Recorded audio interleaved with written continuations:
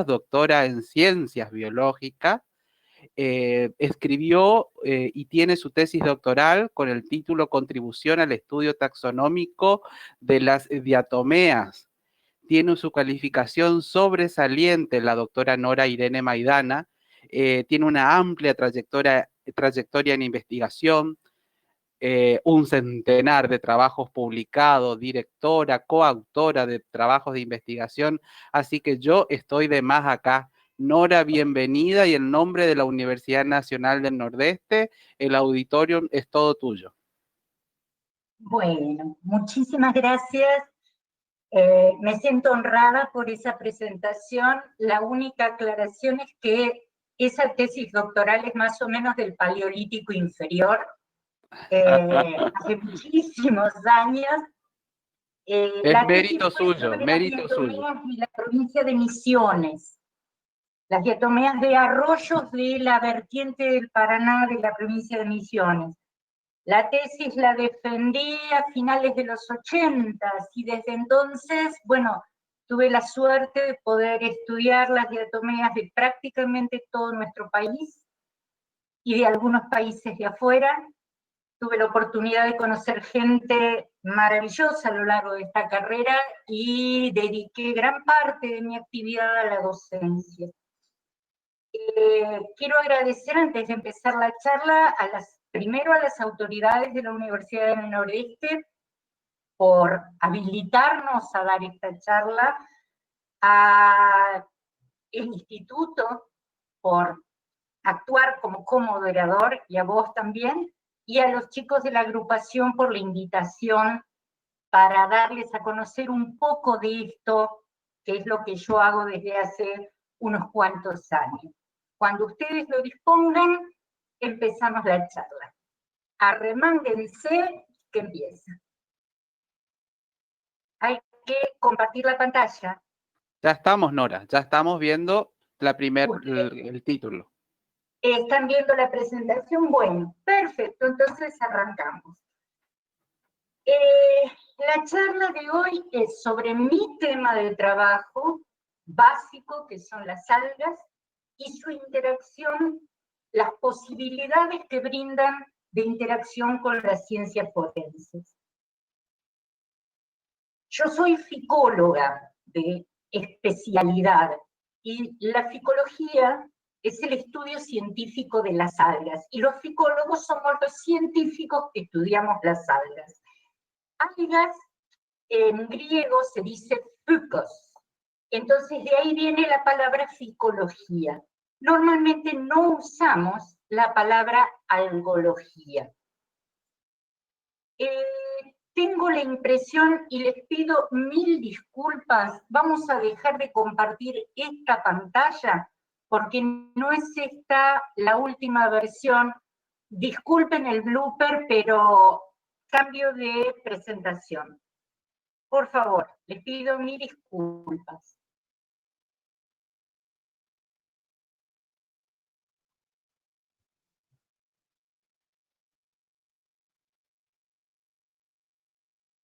Va a tardar un segundito, nada más les doy el tiempo para acomodarse. Y veo que sigue entrando gente. Sí, Nora, tranquila, sigue entrando gente.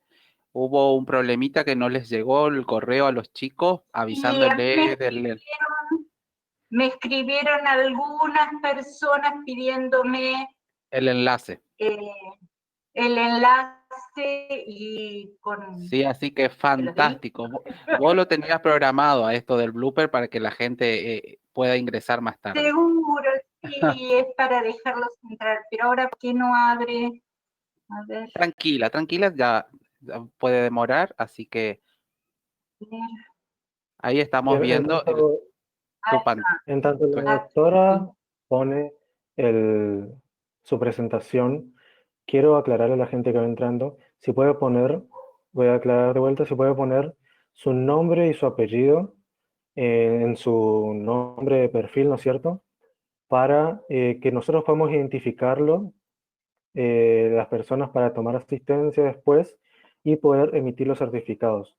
Recuerdo una vez más que los certificados se van a emitir para aquellas personas que sean alumnos y docentes de nuestra casa de estudio, ¿no es cierto? Y ahora voy a dejar en el chat el correo y lo que debe tener el mensaje para aquellas personas que son, reitero de vuelta, alumnos y profesores de nuestra casa de estudio, de aquellas personas que no se pudieron inscribir y quieren tener el certificado, nos pueden enviar el correo sus datos y nosotros le vamos a estar emitiendo el mismo. Ahí le dejo de vuelta a la doctora. Bien, todo bajo control. Les decía que soy psicóloga y una psicóloga es una científica que estudia las algas y que algas en griego se dice psicos y de ahí viene que seamos psicólogos y no algólogos. No es muy común que nos digamos algólogos. Y aunque ustedes no lo crean, las algas están por todas partes. Estoy segura de que ustedes alguna vez vieron algas, aunque sea en una película, algas como esta, que forma enormes praderas en los mares, entre ellos nuestro mar argentino, y también estoy totalmente segura de que alguna vez las comieron. Les doy ejemplos. Estas son algas, macroalgas, rojas como gigatina, porfira, gracilaria, una alga parda que se llama sargassum, que es tristemente célebre porque les arruinó el turismo a los mexicanos, llenando las playas de grandes cantidades de estas algas muertas. Y aquí a la derecha una alga microscópica, espirulina, que tal vez el nombre les suene un poco más. Y yo les decía, no solo las vieron alguna vez en una playa, sino que casi seguro que alguna de estas la comieron. De gigartina se extrae la carragenina, que se usa como estabilizante para alimentos, por ejemplo, para hacer más soliditos los flanes y los yogures. Porfira es el alga nori que se usa para envolver los rolls de sushi. Espirulina, bueno, es un suplemento nutricional muy rico en vitaminas del grupo B. De gracilaria se saca el agar-agar, que es el que permite, entre otras cosas, que el dulce de batata no sea un mero puré de batatas dulces, sino que tenga esa consistencia gelatinosa, más atractiva. Y bueno, sargassum se conoce como hijiki, es una alga que se consume en Japón, se la vende deshidratada. Aquí pueden ver un sobrecito de este alga, y con ella se fabrican diversos platos que mucha gente consume. No es la única alga comestible, hay muchísimas más. Pero bien, básicamente, ¿qué son las algas? Las algas no es una jerarquía taxonómica, no como sería vertebrados o como sería planta. No son un reino, no son una familia. Es una especie de sustantivo colectivo como jauría, manada, ¿sí? Es un término que nos permite agrupar a un conjunto de seres vivos que tienen algunas características en común.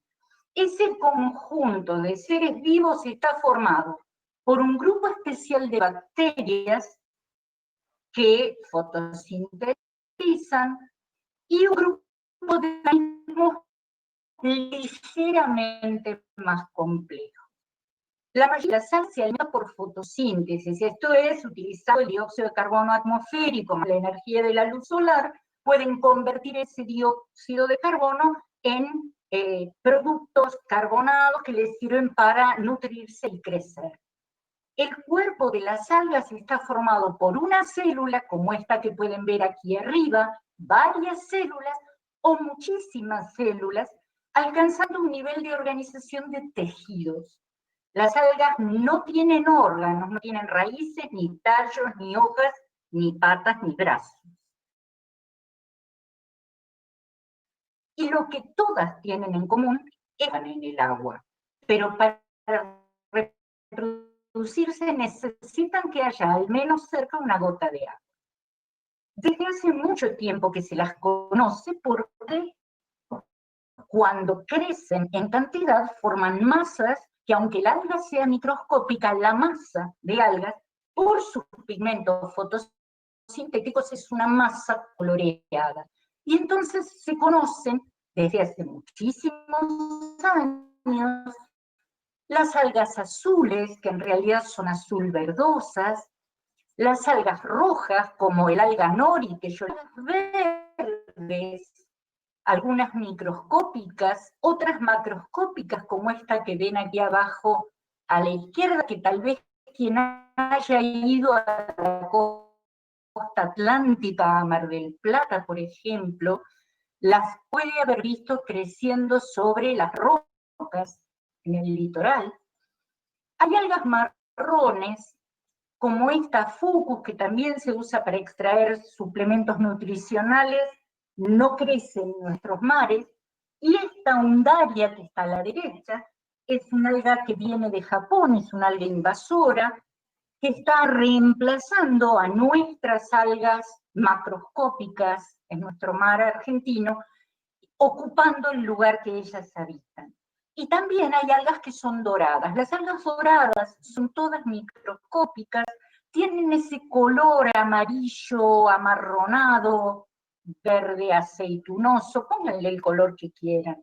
¿Sí? Son todas microscópicas. ¿Dónde viven las algas? En todas partes.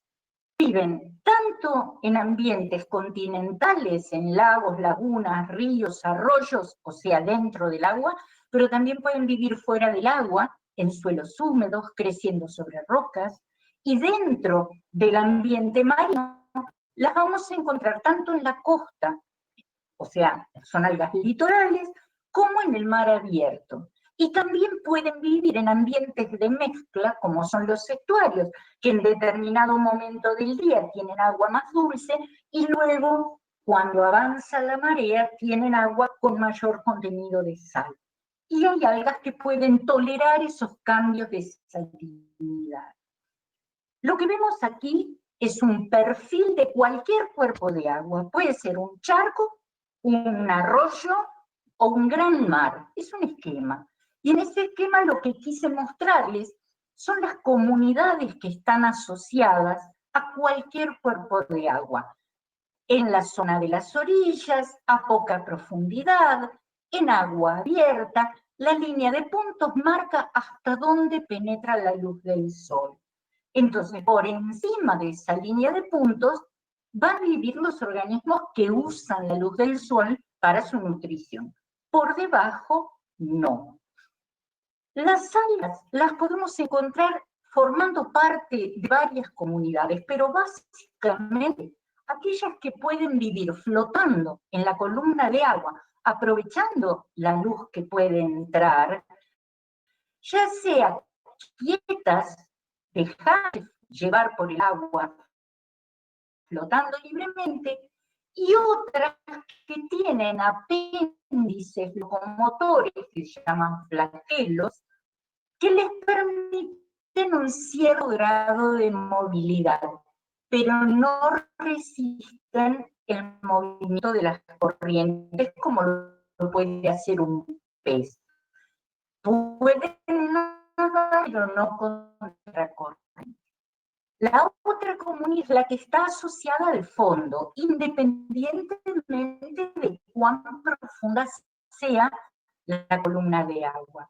En el bentos, que es la comunidad asociada al fondo, va a haber organismos que se desplazan sobre el fondo y otros que, como este que está abajo, que se adhiere de alguna manera a las rocas o se entierra en la arena. Pero eso que tiene abajo no es una raíz, sino que son prolongaciones como dedos que permiten aferrarse. Les dije antes, las algas no tienen raíz. Estas son las que pueden vivir dentro del agua, pero también tenemos algunas que son capaces de vivir fuera del agua. como estas que crecen sobre cortezas de árbol o sobre rocas, y que tienen ese color anaranjado tan intenso porque producen grandes cantidades de pigmentos carotenoides que les permiten filtrar la luz que incide, que no sea tóxica para ellos. Así como pueden vivir sobre corteza de árbol o entre las hojuelas de los musgos, en las gotas de agua que quedan retenidas en la axila de esas hojuelas, y también hay algunas algas que pueden vivir adheridas a los asociados al agua. ¿Cómo las vemos al microscopio? Las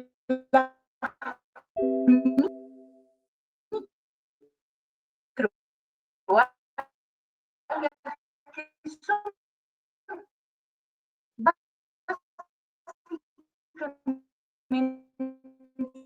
de las que voy a hablar en esta charla, porque las macroalgas todavía no han sido muy usadas en casos de interés forense, que es el tema básico de esta charla. Si las microalgas, entonces nos vamos a abocar a ellas. Las microalgas son las que solo se ven al microscopio. Y hay algunas que son unicelulares y que viven solitarias, y otras que ven agregadas. Pero también las hay que son multicelulares, formando cadenas de células que llamamos filamentos, y otras que crecen formando costras sobre un sustrato.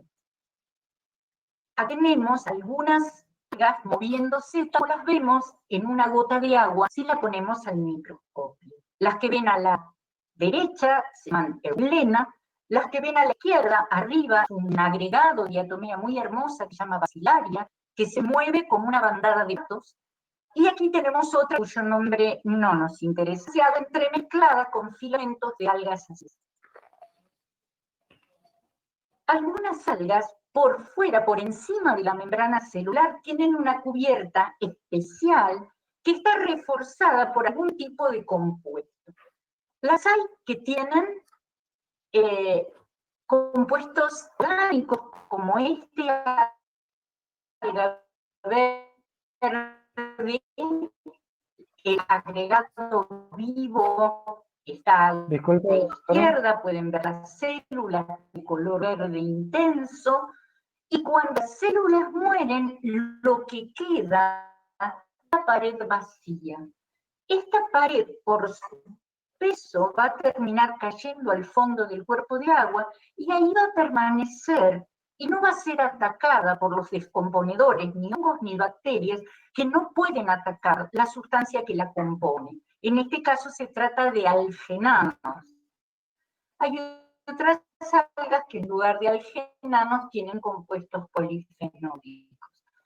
Para los que no conocen los algenanos, algenanos son unas sustancias muy parecidas a las que forman la cubierta de los granos de polen, la esporopolenina, que también Doctora, le permite a los granos. disculpe, ¿sí me escucha? Sí, Luciano. Nora. Alterados en los alimentos y se No quiero comunicar. Nora. cientos Doctora, de disculpe. miles de años después de No se ve ni se escucha. el organismo que lo produjo. Así como hay cubiertas Luciano, si te puedes contactar. por materia orgánica, hay muchas algas, esa cubierta es materia inorgánica. orgánico. Tengamos paciencia, nos Porque conectamos con Nora a través de que vengan WhatsApp. aquí con esa Parece cubierta que de no se escucha. rojizo lleno de espinas, Aparentemente es internet de Nora. Pero yo te lo escucho bien, profesor. Ah, sí, yo también te escucho bien, pero a ella, es internet de ella, me parece. Ahí. como esta que ven a Gracias, la Sergio. Vamos a tratar de derecha. contactarnos por WhatsApp. Andrea, Luciano. Sí. Ahí, si Andrea está si nos está escuchando, si se puede conectar, si se puede contactar con la profesora. O no sé si la profesora Nora Mayani nos está escuchando.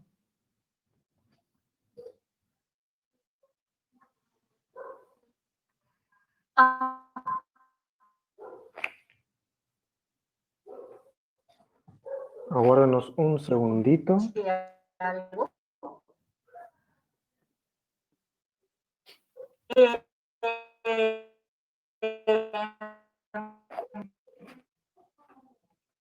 Esta que está aquí a la...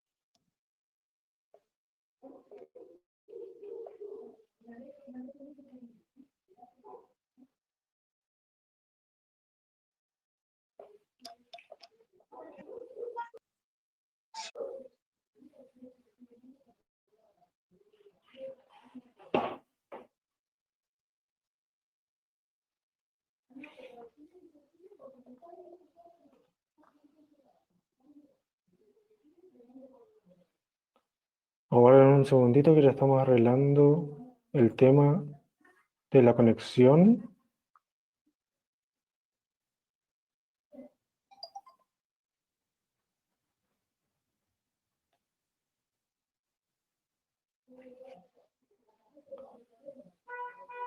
Me dicen que la doctora se desconecta y se vuelve a conectar enseguida. Ahí ya se conecta de vuelta.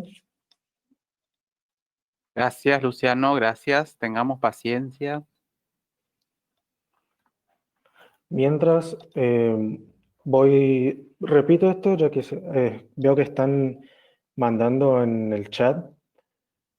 Los que sean alumnos y docentes de nuestro instituto y no se han inscrito por formulario, voy a estar dejando acá en el chat el correo para que puedan estar enviando sus datos y para que puedan recibir el certificado. A ver.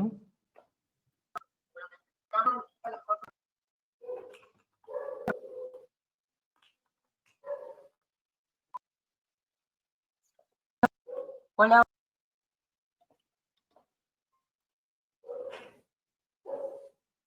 Hola. Sí, ¿se escucha, doctora? Hola, Nora. Sí, ahora volviste. Te extrañábamos. Sí, bueno. Yo también los extraño a ustedes. No sé qué pasó. No sé dónde nos quedamos, que dejaron de escucharme, pero podemos seguir adelante porque íbamos a arrancar con la diapositiva que sigue, que es la de las diatomeas. A ver, ni quien Perfecto. quiera. Perfecto. Retomemos Ahí desde va. ahí. Sí, para retomar Desde desde ahí. aquí. Bueno, Me entonces confirman mientras. llegamos al tema que a mí más me gusta, que es el grupo de algas con el que yo trabajo.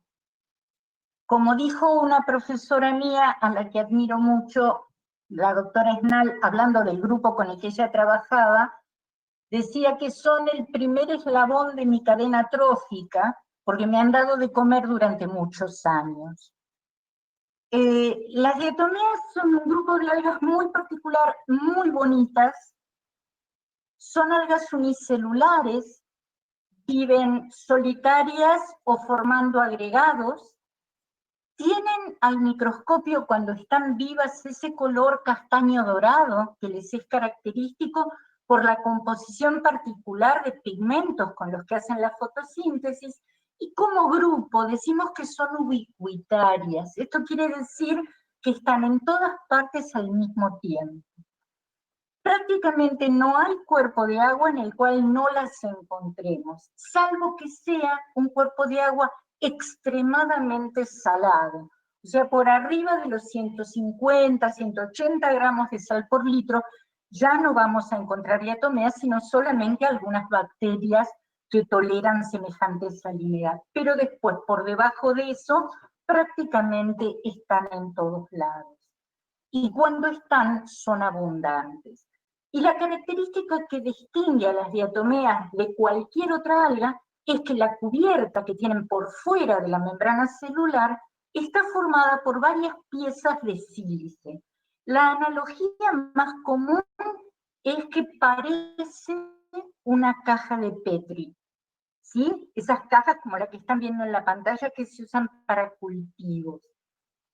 Básicamente están formadas, esa cubierta se llama frústulo y está formada por dos grandes piezas a las que llamamos valvas. Pero a diferencia de una caja de Petri, esta es una célula, una cubierta celular de una diatomea. Además de la tapa y la base, hay un cinturón de elementos también de sílice que conectan una valva con la otra. Como es un cinturón, lo llamamos cilindro.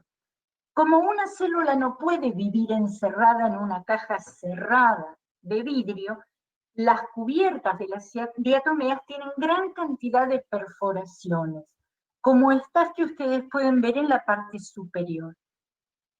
La manera en que se ordenan esas perforaciones, además de la forma de las valvas, ya sea vistas al microscopio óptico, como la de la izquierda, o al microscopio electrónico de barrido, como las que vemos, las 6 que vemos hacia la derecha, la manera en que se organizan esas perforaciones, más otra serie de caracteres, nos permiten llegar a identificar las especies.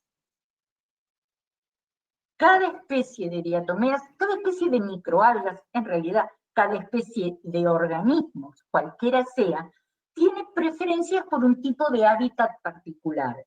Lo que puede suceder es que tengan una tolerancia mayor o menor a cambios en ese hábitat en el cual les gusta vivir. Por ejemplo, en el caso de las diatomeas se las clasificó con respecto a su tolerancia a la cantidad de materia orgánica disuelta en el agua, en sensibles, menos tolerantes y tolerantes. Las sensibles son las que prácticamente no toleran que haya materia orgánica en el agua. Las menos tolerantes son las que toleran un poco de materia orgánica en el agua. Y las tolerantes son, como decimos nosotros, las que cualquier colectivo la lleva. Si hay poca, bien. Si hay un poco más, bien también. Y si hay mucha, mucho mejor, porque las otras no pueden vivir. ¿Sí? Son tan tolerantes que pueden vivir en cualquier ambiente y además en los ambientes muy perturbados no hay competencia. Y entonces ellas están mejor.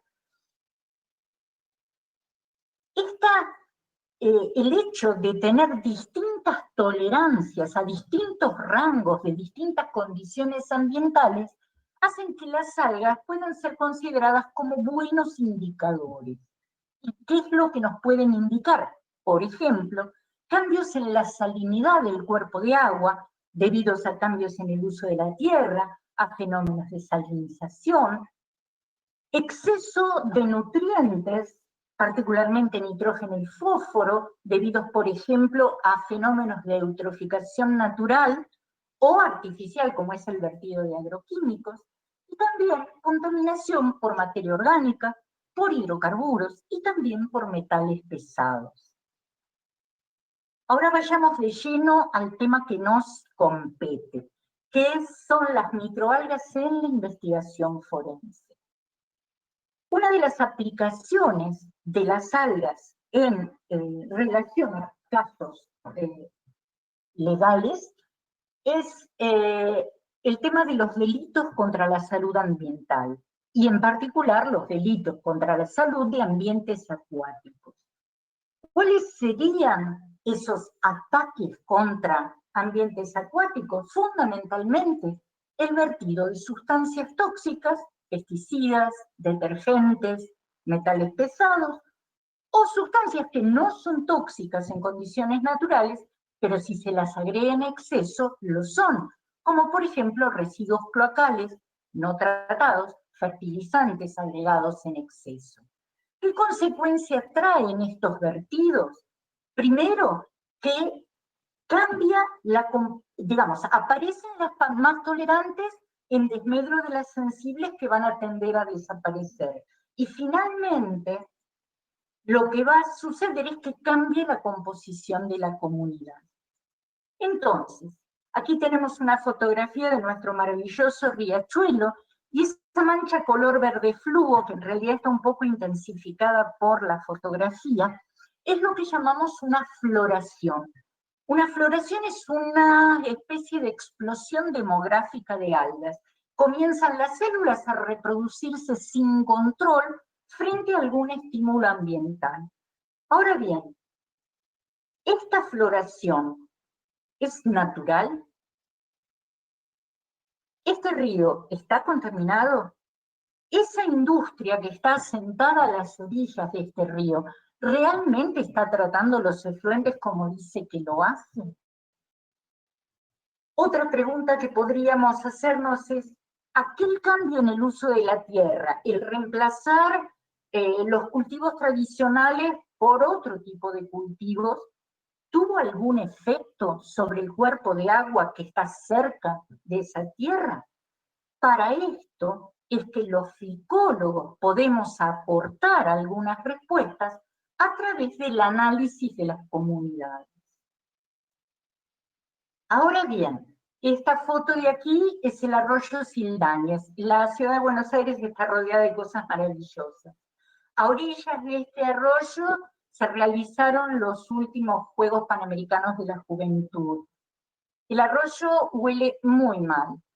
Y yo voy al señor que es el dueño de una planta industrial que está a orillas de este arroyo, y le digo, señor, usted está contaminando este río. Y él me puede decir, ¿yo, señor? No, señor, siempre estuvo así. ¿Estuvo realmente siempre contaminado? ¿Qué quiere decir siempre? ¿Desde cuándo está así? Si nosotros tenemos una historia documentada de ese cuerpo de agua, si se fotografió en el año 1890, 1910, 1950 y ahora, yo puedo tener una idea de la evolución. Si alguien tomó nota de cómo era ese lugar a lo largo del tiempo, voy a poder saber si siempre o no. Pero si no tengo una historia documental, como es la mayoría de las veces en nuestro país y en muchas partes del mundo, entonces tengo que recurrir a bioindicadores, pero fósiles, a los que llamamos paleobioindicadores. Y el estudio, el análisis de estos paleobioindicadores nos van a permitir reconstruir el pasado y de esa manera entender la condición en el presente. Dentro de los bioindicadores, los más usados son las diatomeas.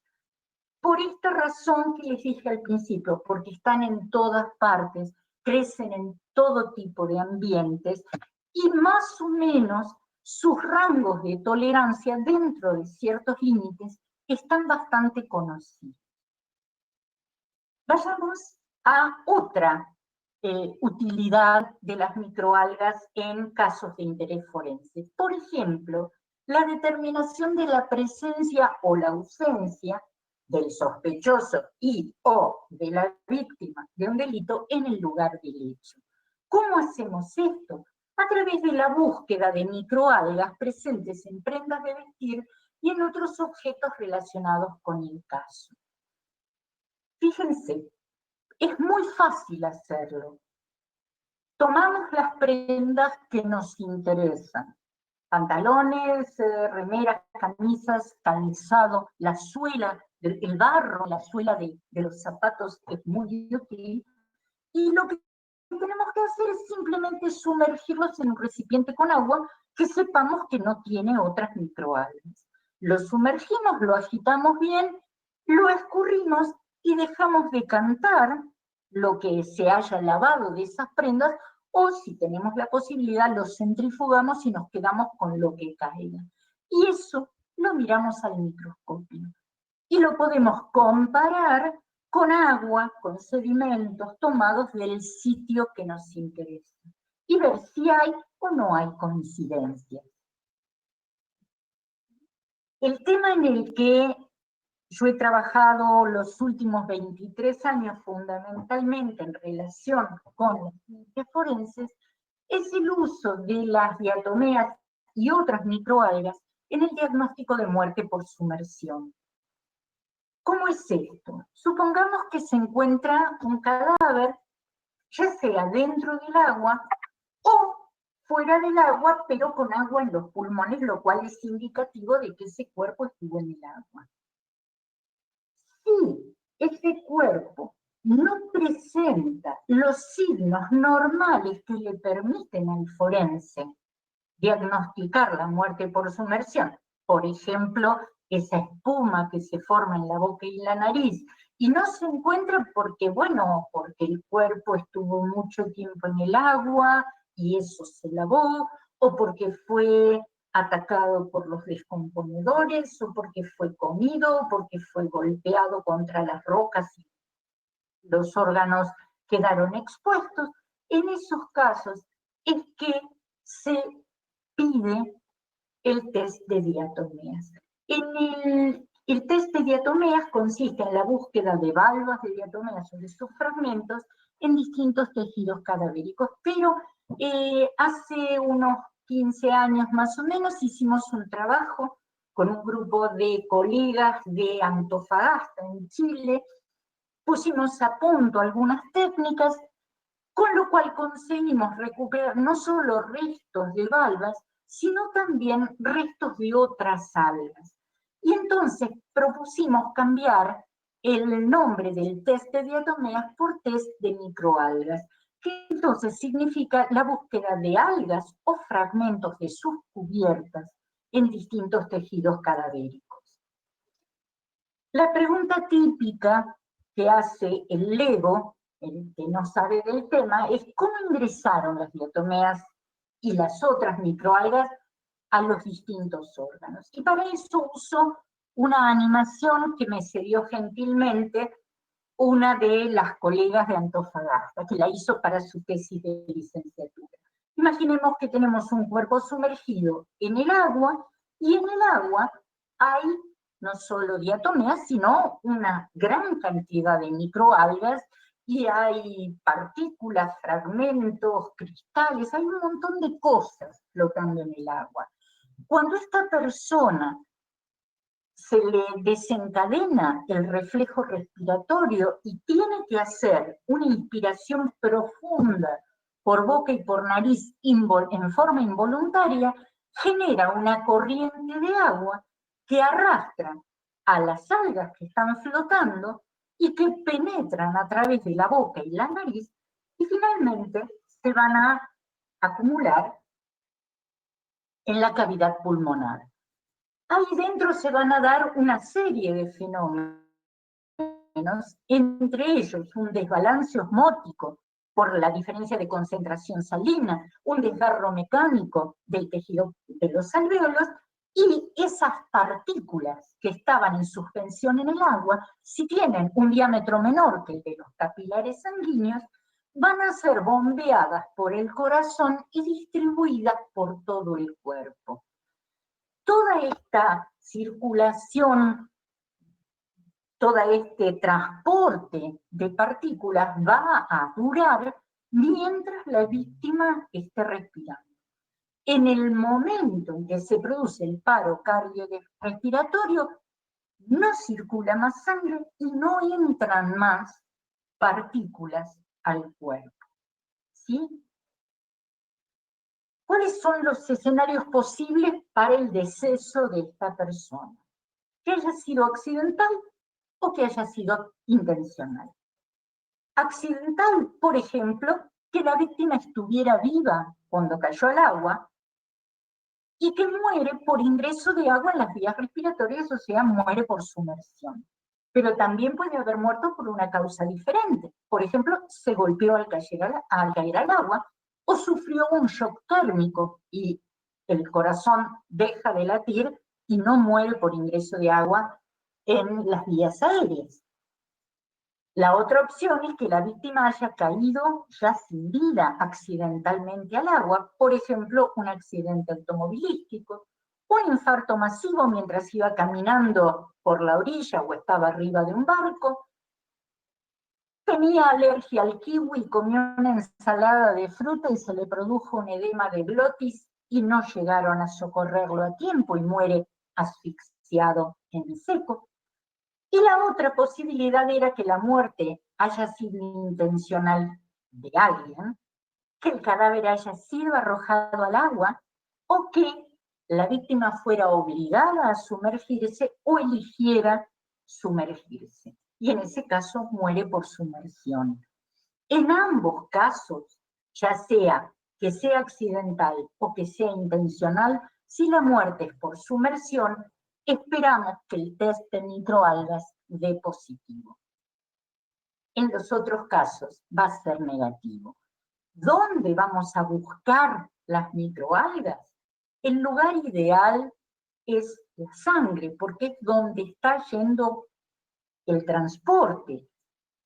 Si podemos extraer sangre del corazón o podemos hacer un lavado de cavidad cardíaca, eso es lo ideal. Pero si no podemos, elegimos hacerlo en médula ósea, ya sea de esternón o de huesos largos. Yo prefiero de huesos largos porque la cantidad de médula que se puede extraer es mucho mayor que la que se puede sacar de esternón. Yo sé que sacar de esternón es más fácil para el que extrae la muestra, pero bueno, son diferencias metodológicas nada más, pero puede hacerse con los dos, de las dos procedencias. ¿Cuáles son las limitaciones de este método? Como todos los métodos, tiene limitaciones, no hay método 100% perfecto. Podemos llegar a tener falsos resultados negativos, quiere decir, no encuentro microalgas. Esto puede deberse a que la concentración de algas en el medio era muy baja, por ejemplo, el agua de la bañera. En el agua de red que consumimos normalmente, hay alguna que otra microalga que atravesó los filtros de potabilización. Muy poco. Y la probabilidad entonces de que habiendo muy pocas en el agua de sumersión, alguna pueda ser recuperada de la médula es bajísima, tirando a nula. La otra posibilidad de un falso negativo es que el paro cardiorrespiratorio se dé muy rápido y entonces las algas no tienen tiempo de ingresar a la circulación general y llegar a los distintos órganos. En ese caso es muy posible que la encontremos en el corazón, pero no en la médula. Pero también es posible que no haya un corazón disponible para hacer el estudio y solo tengamos la médula. También se pueden dar casos de falsos resultados positivos. Esto quiere decir que yo encuentre restos de microalgas y no hayan entrado por muerte por sumersión. Uno de los casos es cuando la víctima es una consumidora habitual de agua sin potabilizar. Esto quiere decir que está tomando microalgas toda su vida, por ejemplo, un nadador de río o un nadador de mar que traga agua desde chiquito, agua sin potabilizar. En esos casos, si uno sabe esa característica de la víctima, el perito no puede aceptar hacer el peritaje porque sabe que va a encontrar algas. De hecho, a mí me pasó una vez que me trajeron una médula, hago los preparados y parecía un cultivo de un alga que es característica del río Paraná. Pero había muchísimas algas, casi parecía una muestra del río. Entonces hablo con el fiscal, le pregunto y me dice que era un pescador. Y los pescadores del río Paraná suelen usar el agua del río para tomar mate todo el tiempo, agua no potabilizada. Y entonces es muy posible que a lo largo de su vida las algas atraviesen la barrera digestiva, las algas de pequeño tamaño, y terminen acumulándose en la nieve. Si yo sé eso, no hago el perito. La otra posibilidad de un falso positivo es que haya habido penetración pasiva post-mortem por putrefacción. Un perito no puede aceptar hacer este tipo de estudio en un órgano que está putrefacto, porque sabe que va a estar contaminado. Ya sea contaminado por el agua en la que estuvo sumergido o contaminado por cualquier cosa que lo haya podido tocar, por los mismos dientes de los peces que se lo estuvieron comiendo. Por último, y no menor, es que haya contaminación durante las etapas previas al análisis. Desde el momento en que ese cuerpo es levantado del agua hasta que se lo abre para extraer los órganos que vamos a analizar, hay una serie de etapas en las cuales hay peligro de que las algas de afuera entren en contacto con el órgano que voy a abrir y que voy a analizar. Y entonces, para evitar esto, porque estos falsos positivos son evitables, es que se plantea la necesidad de seguir un protocolo de trabajo que sea riguroso. Yo he armado un protocolo de trabajo, lo empecé a armar cuando empecé a trabajar en este tema en el año 97, y le pongo puntos suspensivos porque no se termina nunca. Siempre encontramos algo que mejorar, algo que cuidar, un detalle nuevo. Pero básicamente consiste en el control de la pureza de los reactivos. Hay que, si se usan anticoagulantes, toda droga, todo producto químico que tenga agua en su composición puede tener diatomeas. Entonces no está de más dejarlo decantar, tomar una muestra del fondo y mirar una gota al microscopio. A mí me ha pasado de ver una muestra de EDTA que usaba el médico forense como anticoagulante y encontrar una alga viva moviéndose en el EDTA. Toda herramienta que se vaya a usar tiene que ser enjuagada antes de usarla con agua que sepamos que está libre de microalgas. Es muy fácil de fabricar ese agua y al que quiera se lo cuento, es simple, muy, muy simple. Aún las herramientas descartables. Y todas las muestras que vamos a analizar tienen que ser procesadas de una manera que corresponda a ese tipo de muestra para eliminar todo resto de materia orgánica. También necesitamos las muestras ambientales, las muestras del lugar del hecho, que son mucho más fáciles de obtener que las de tejidos, son más fáciles de procesar y nos van a dar mucha más información, que nos va a permitir comprender los resultados que obtenemos, comparar lo que encontremos dentro del cuerpo con lo que vive en el lugar del hecho y saber si la muerte se produjo ahí, en un lugar parecido o en un lugar totalmente diferente, y también nos va a permitir descartar contaminaciones. Para poder descartar contaminaciones es obvio que el que hace el estudio tiene que ser alguien que esté familiarizado con lo que está viendo. Las muestras ambientales son muy fáciles de obtener. Necesito que se tome muestra de agua del lugar, que puede ser con un frasco de laboratorio, pero no es imprescindible, eso es lo ideal. un frasco limpio, enjuagado con agua tridestilada, pero el que va al campo no es una persona de laboratorio, así que lo más probable es que use una botella de agua mineral o una botella de gaseosa, o como es más frecuente en mi caso recibir las muestras en botellas de cerveza, de vino o de Fernet. Lo importante es que esa botella esté bien limpia antes de llegar al lugar y en el lugar se la enjuague con agua de ese cuerpo de agua antes de tomar la muestra. Se llena la botella, se la llena hasta el tope, de manera que cuando la cierran chorree agua, y eso es para que no le quede oxígeno y que los organismos que están vivos al respirar consuman todo el oxígeno y se mueran. Porque a mí no me interesa tenerlos vivos. Y ese recipiente se mantiene en frío y en oscuridad hasta que se puede remitir a nuestro laboratorio.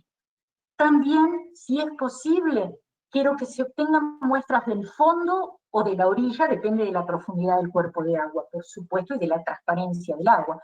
Más o menos la muestra tiene que tomarse a unos 15 centímetros, 10, 15 centímetros de profundidad, y para eso simplemente arrastramos un frasco de boca ancha por la superficie del fondo, y una vez que juntamos una pequeña muestra, no es necesario mucho, cerramos el frasco y lo mantenemos en la oscuridad y en frío hasta enviarlo al laboratorio.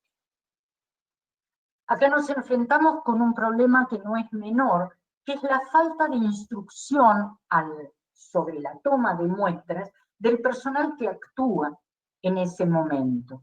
Y esto nos puede llevar, si no sabe cómo tomar la muestra, a que la muestra esté mal preservada, que la muestra no sea representativa del lugar que queremos analizar, o que la muestra esté contaminada porque el recipiente no estaba adecuadamente limpio. Y eso hace que sea necesario capacitar al personal involucrado en la toma de estas muestras. ¿Qué hacemos con las muestras de tejido cadavérico? Asegurarnos de que las herramientas que no sean descartables las dejemos toda una noche en una solución hiperalcalina y después la enjuaguemos con agua libre de diatomeas. Que las herramientas descartables, efectivamente, y en contra de nuestra buena voluntad de rehusar todo lo que se pueda, si es descartable hay que descartarla y no volverla a usar. Agua que vamos a usar y las drogas, los productos químicos que vayamos a usar deben ser testeados de que no tienen algas previamente, y cuando se conviene en hacer este tipo de estudio, al solicitante nosotros le enviamos un frasco que ya está de médula ahí y nos la remiten, y nosotros estamos seguros de que no va a haber contaminación más allá de esto. Una vez llegados al laboratorio vamos a procesar las muestras.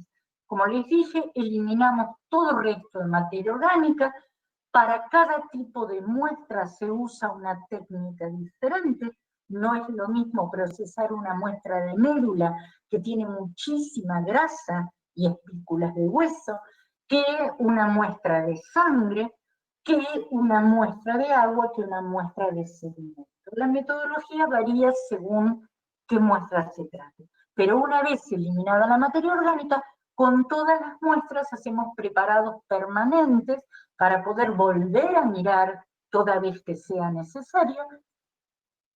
Miramos al microscopio, ahí bajo microscopio hacemos la identificación y el recuento de lo que vamos encontrando, al tiempo que fotografiamos todo lo que encontramos. Y con esas fotos, con esos recuentos, elaboramos el informe que lo elevamos al solicitante. ¿Por qué les digo que hay que procesar las muestras de tejido cadavérico? Tal vez este ejemplo les resulte gráfico. Este es un extendido de sangre.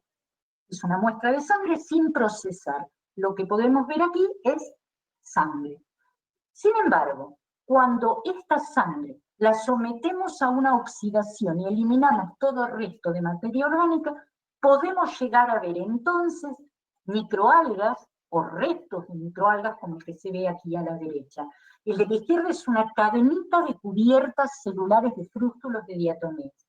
El de la derecha es un fragmento del extremo de una diatomea que es muy larga, pero es muy finita y de esta forma puede atravesar, puede viajar por los capilares. Redondeando la cosa, vayamos a un par de ejemplos del uso de las microalgas en casos posibles de muerte por sumersión. El primer ejemplo es de hace muchos años, ocurrió en el lago Regatas, que es uno de los lagos artificiales de la ciudad de Buenos Aires. Se encontró el cuerpo de un joven flotando en el centro del lago y me convocaron a mí para tomar, además de hacer el análisis, tomar las muestras. ¿Qué muestras analicé? Analicé muestras de tejidos del cadáver, tanto lavado de cavidad cardíaca como médula ósea obtenida del fémur, y muestras ambientales, que son las que yo tomé, agua del centro del lago y de la orilla, y sedimentos de la orilla. ¿Por qué de la orilla si el cuerpo lo encontraron en el centro? Por las dudas que la víctima no haya volado desde la orilla hacia el centro del lago donde se ahogó, sino que la sumersión hubiera ocurrido en la orilla y luego el viento llevara ese cuerpo flotando hacia el centro del lago. ¿Qué es lo que encontré? Les muestro la tabla, parte de la tabla, porque la abrevié un poco, porque los nombres no significan gran cosa para la mayoría de ustedes. Es una tabla abreviada. Las especies, parte de las especies de diatomeas, encontré otras algas, una alga dorada, restos, una alga dorada, una alga verde, y también encontré otros elementos de sílice de origen biológico. Entre las diatomeas, bueno, las crucecitas indican en qué tipo de muestra lo encontré. Y les llamó la atención sobre esta diatomea que se llama Pleurocyra laevis, que es una diatomea bastante grande, que vive adherida a las rocas y a la vegetación del margen de los cuerpos de agua, y esta la encontré entera o fragmentada en todas las muestras que analicé. Les voy a presentar a Pleurocyra laevis. Así es como se ve al microscopio una valva, con sus perforaciones de distinto tipo, unas que radian desde el centro hacia los márgenes, otras que están empaquetadas, son muy diminutas, no llegan a verse con el microscopio óptico en los extremos, otras muy particulares en la mitad. Este frústulo visto de costado se ve así, las valvas y ese cinturón que las conecta en el medio. Y les voy a llamar la atención a esta parte que está recuadrada en amarillo, que la vamos a ver con un poco más de detalle. Fíjense el borde y los poros, y fíjense que los poros están ordenados de una manera que determinan líneas diagonales que se cruzan entre sí. Eso me permite relacionar a esta diatomea con este tipo de fragmento de valvas que aparecían en el agua, como este aquí, fíjense la disposición de los poros, pero también con este pequeño fragmento, fíjense la escala, esto es 0,01 milímetro, esta escala que ven aquí, este fragmento tiene los poros con la misma disposición, y esto estaba en el lavado de la cavidad cardíaca. Y este fragmento más diminuto todavía, pero con los poros puestos en la misma disposición en la médula ósea. También les decía que encontré quistes de estas algas crisofíceas, parecen pequeñas burbujas, pero las puedo reconocer porque tienen un porito. Aquí en esta foto del microscopio electrónico pueden verlas y pueden distinguir ese poro al que me estoy refiriendo.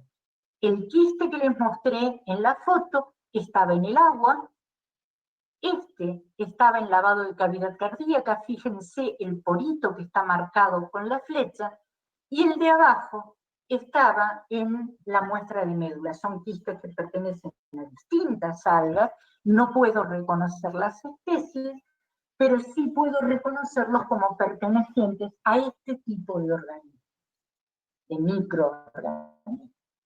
Otros elementos de sílice de origen biológico que puedo llegar a encontrar en muestras de tejido son fitolitos, que son partículas de sílice que fabrican los pastos, las gramíneas, y también espículas, o sea, pequeñas agujas de las esponjas de agua dulce. Estas agujas que parecen tener un canal en el medio son de sílice también.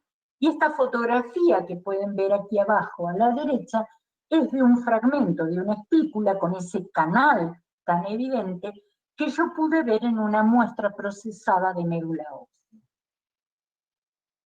El segundo caso es un caso que todavía no terminó de cerrarse y ocurrió en algún lugar de la Patagonia argentina. ¿Qué muestras analicé? Muestras de tejido cadavérico, lavado de cavidad cardíaca, se extrajo sangre de ambos ventrículos, muestra de médula ósea extraída del fémur, muestras de las prendas de vestir de la víctima, un fragmento de un pullover y una media, que se hizo por lavado, como les expliqué antes, y un raspado de una sustancia que parecía barro, que estaba en la superficie del pantalón. Y también se consiguieron muestras ambientales tomadas en la orilla del río en el cual se encontró a la víctima. Se tomó tanto agua como sedimento y también se raspó material biológico, este es masas de algas adheridas a las ramas de los árboles que estaban sumergidos en esa orilla. Encontré coincidencia en las algas que había en cavidad cardíaca con las que recuperamos de la vestimenta y del agua. No encontramos restos de algas en médula ósea. Y le llamo la atención sobre la coincidencia, entre otras coincidencias, entre las que encontré en lavado de cavidad cardíaca con algunas de agua y vestimenta. Este fragmento, que es parecido al que les mostré en la foto de la sangre procesada, esta otra diatomea es de la misma especie que encontré en lavado de cavidad cardíaca, que en la vestimenta y en el agua. Vestimenta y agua tenían una coincidencia de casi el 100%. Este es el raspado de esa sustancia que parecía barro. Cuando lo miro al microscopio, está formado por una gran cantidad de tubos gelatinosos y algunas algas, y estos tubos gelatinosos son producidos por este alga que se llama Didymosphenia geminata y es una diatomea invasora de nuestros ríos y lagos patagónicos, tanto de la Patagonia argentina como de la Patagonia chilena. Y esto es estas algas que crecieron formando estos agregados de más o menos, había algunos que eran más grandes, otros más chicos, este mide centímetro, centímetro y medio. Bien, el test de diatomeas, también conocido como test de microalgas, no es un test que se haga de rutina en las autopsias en Sudamérica. ¿Y por qué es esto? Porque los ficólogos somos muy pocos, primero, y dentro de lo pocos que somos los ficólogos, muchos menos somos los que trabajamos sistemáticamente en ficología forense. Muchos menos. Digamos que si yo hago una reunión de ficólogos forenses en mi cocina, nos sobra espacio. Estamos usando a las microalgas como indicadores. Entonces, tenemos que tener en cuenta que un indicador, un bioindicador es un mensajero. Y la única manera que tenemos de entender lo que nos está diciendo es saber en qué idioma nos está hablando. Esto quiere decir, es imprescindible conocer qué especie es para saber dónde vive y cómo vive.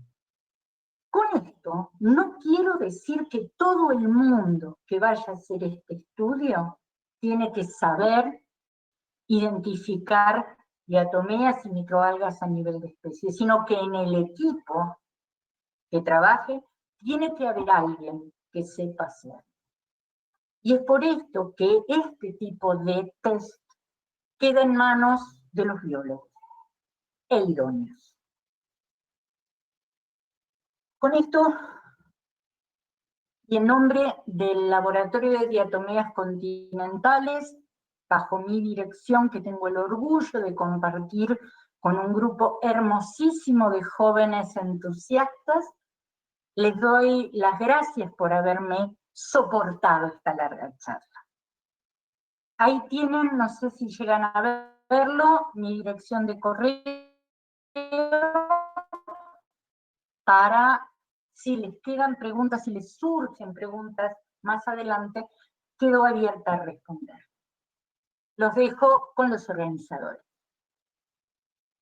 Y están vivos todavía. Muy buena clase, profe.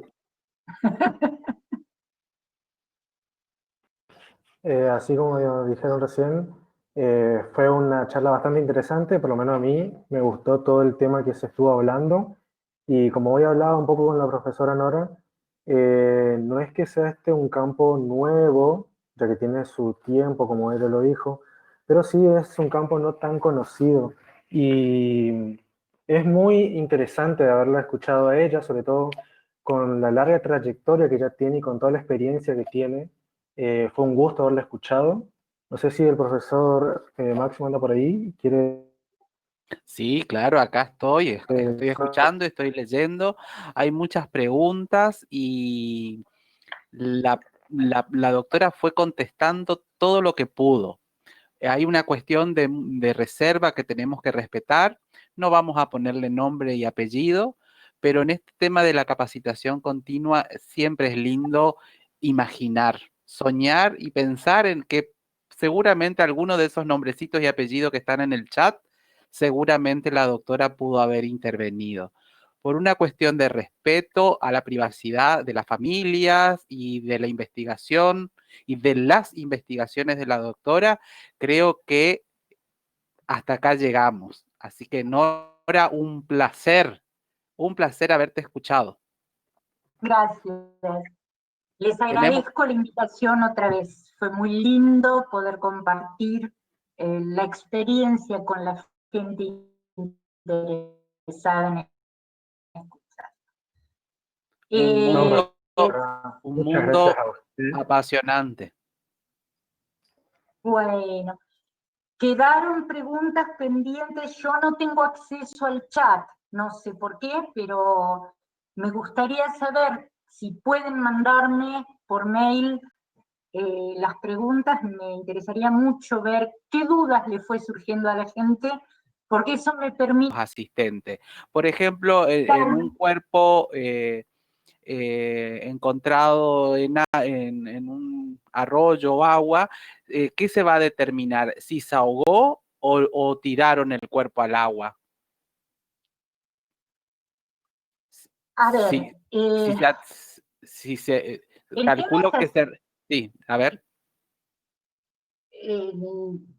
calculo que creo que sé hacia dónde apunta la pregunta. Yo encuentro un cuerpo en el agua. Sí. No le veo los signos, yo soy el forense, cosa que no soy, pero bueno, lo digo. Yo soy el forense, el médico autopsiante, no encuentro los signos normales que esperaría encontrar si esa persona murió por sumersión. Entonces tengo que recurrir a alguna otra herramienta. Me lo mandan a mí. Yo analizo sangre, si tengo la suerte, o médulas, si tengo la suerte, y encuentro restos abundantes. Hay una cantidad mínima que hay que encontrar para poder decir que esto da positivo, que es entre 10 y 20 restos por cada 10 gramos de médula. Eso está estipulado para médula, no está estipulado cuánto tengo que encontrar para sangre, no está publicado en ningún lado. Pero bueno, supongamos que yo encontré mucho más que 10 restos. Y eso es lo que yo le informo al forense, o lo que le informo al juez en el caso en que tenga que informárselo al juez.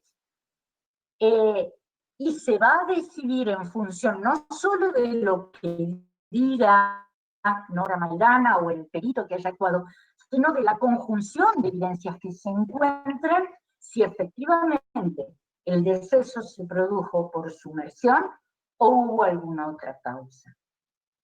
Lo que no van a decir las microalgas es cuándo. Todavía no podemos usarlas porque faltaría hacer algunos estudios que estoy muy interesada en que se hagan y que espero que se puedan hacer. No nos sirven para determinar la data de muerte todavía. ¿Sí? Para eso hay otras herramientas. Pero en el caso en particular al que creo que se refiere la pregunta, la cantidad encontrada en sangre era significativa. Y coincidía plenamente, no encontré nada en sangre que no estuviera en el agua y en la vestimenta, particularmente las medias. Perfecto. Más clarito, echarle agua. Nora, no hay ninguna otra pregunta más que saludos desde Perú, saludos desde Rosario, saludos desde Mendoza, saludos de Corrientes, del interior del Chaco, persona tan excepcional, La ruda, es terrible. excelente profesional, saludos, besos y cariños, todo el resto del chat. Así que fue tan clara tu exposición que no quedaron preguntas. Nada, los dejé mudos. Mudos. Tienen mi correo electrónico, es posible que cuando tengan tiempo de masticarlo les quede alguna duda, pregunten. Buenas tardes, profesora.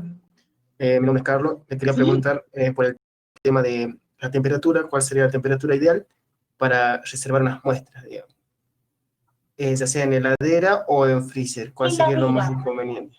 No, heladera. Con el freezer corremos el riesgo que congelando y descongelando rompamos más de lo que queremos.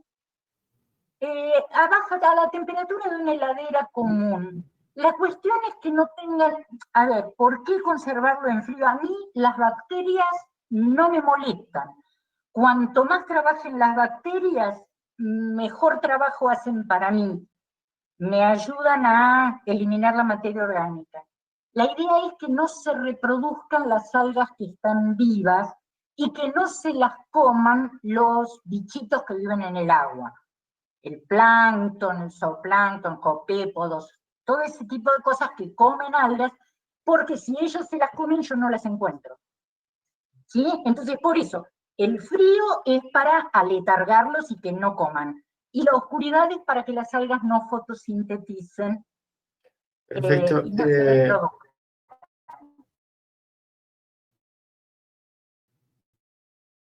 Muchas gracias, profe. Y referente a los tipos de solventes, por ejemplo, puede ser un formol, un alcohol 70, Para no sé si para preservar las muestras. No se usa alcohol porque el alcohol acelera la disolución de la sílice. Entonces me puede disolver fragmentos de diatomeas que de otra manera yo podría verlos. Entonces nunca se usan preservantes alcohólicos, ni alcohol 70 ni Lugol, que es una solución de yodo y yoduro de potasio con alcohol.